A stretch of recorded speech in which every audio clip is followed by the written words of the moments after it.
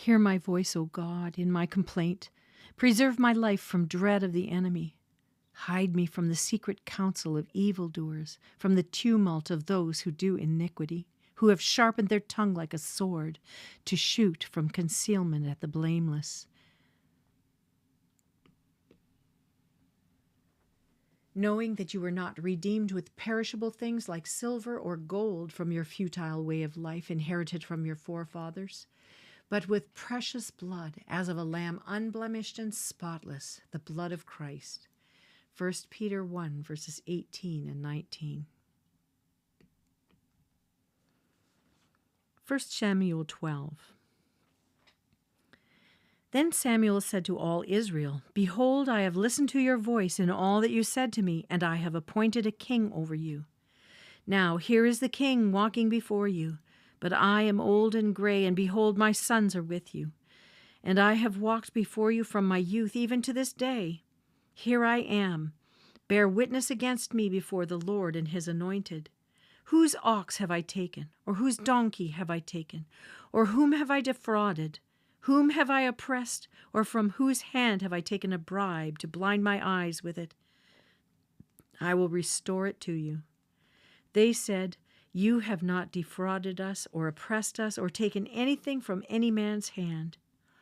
He said to them, The Lord is witness against you, and his anointed is witness this day, that you have found nothing in my hand. And they said, He is witness. Then Samuel said to the people, It is the Lord who appointed Moses and Aaron, and who brought your fathers up from the land of Egypt. So now take your stand, that I may plead with you before the Lord concerning all the righteous acts of the Lord, which he did for you and your fathers. When Jacob went into Egypt and your fathers cried out to the Lord, then the Lord sent Moses and Aaron, who brought your fathers out of Egypt and settled them in this place.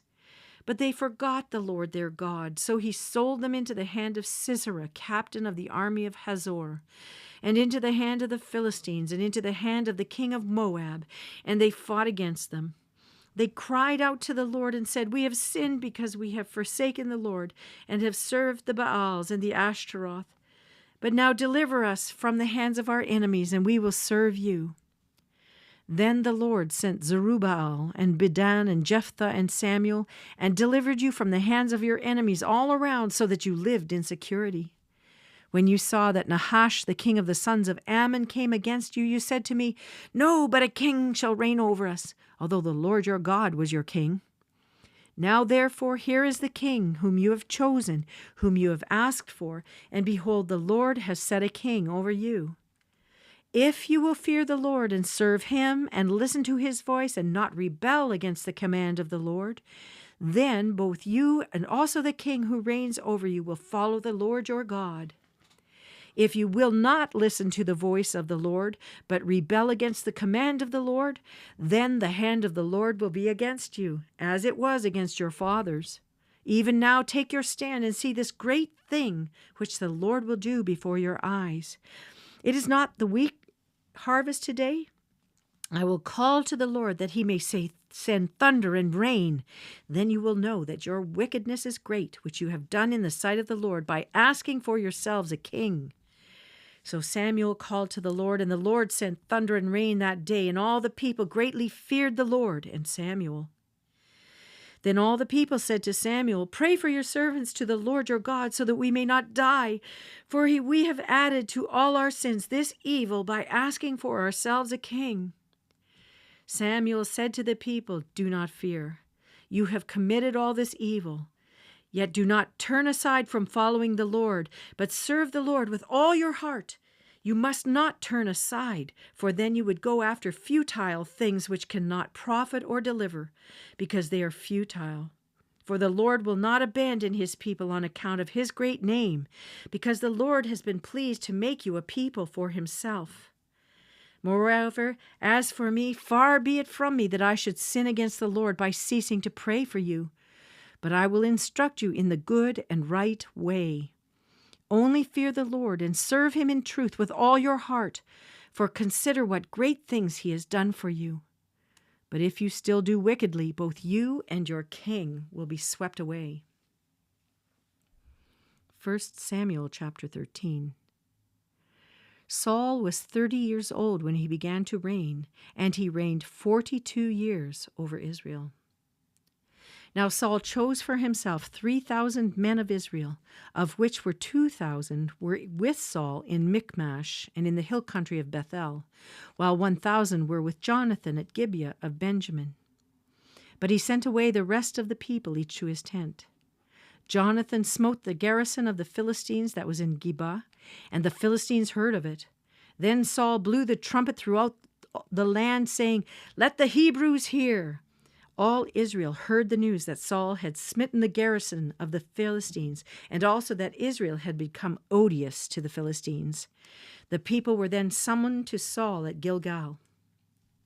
Now the Philistines assembled to fight with Israel, 30,000 chariots and 6,000 horsemen, and people like the sandwiches on the seashore in abundance.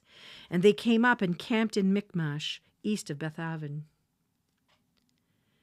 When the men of Israel saw that they were in a strait,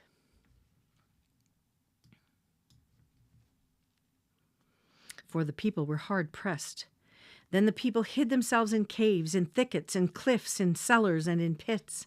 And some of the Hebrews crossed the Jordan into the land of Gad and Gilead. But as for Saul, he was still in Gilgal, and all the people followed him trembling. Now he waited 7 days according to the appointed time set by Samuel, but Samuel did not come to Gilgal, and the people were scattering from him. So Saul said, "Bring to me the burnt offerings and the peace offerings." And he offered the burnt offering. As soon as he finished offering the burnt offering, behold, Samuel came, and Saul went out to meet him and to greet him. But Samuel said, "What have you done?" And Saul said, "Because I saw that the people were scattering from me, and that you did not come within the appointed days, and that the Philistines were assembling at Michmash. Therefore I said, now the Philistines will come down against me at Gilgal, for I have not asked the favor of the Lord. So I forced myself and offered the burnt offering." Samuel said to Saul, "You have acted foolishly. You have not kept the commandment of the Lord your God, which he commanded you.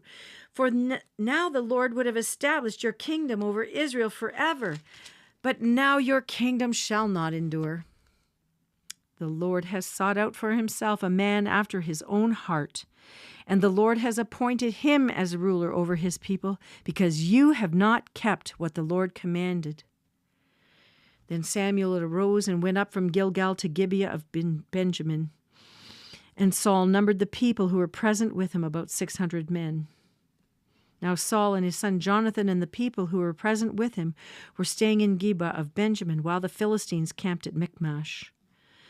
And the raiders came from the camp of the Philistines on 3 companies. One company turned towards Ophrah to the land of Shual, and another company turned toward Beth-horon, and another company turned toward the border which overlooks the valley of Zeboim, toward the wilderness. Now no blacksmith could be found in all the land of Israel, for the Philistines said, "Otherwise the Hebrews will make swords or spears." So all Israel went down to the Philistines, each to sharpen his plowshare, his mattock, his axe, and his hoe. The charge was 2/3 of a shekel for the plowshares, the mattocks, the forks, and the axes, and to fix the hoes.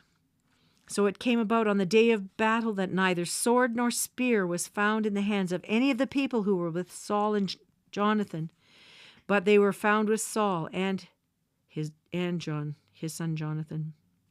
And the garrison of the Philistines went out to the pass of Michmash. Psalm 56, verses 1 to 13, for the choir director, according to Jonath, Alem Rehokim, a miktam of David, when the Philistines seized him in Gath. Be gracious to me, O Lord, for man has trampled upon me. Fighting all day long, he oppresses me. My foes have trampled upon me all day long, for there are many who fight proudly against me. When I am afraid, I will put my trust in you, in God, whose word I praise.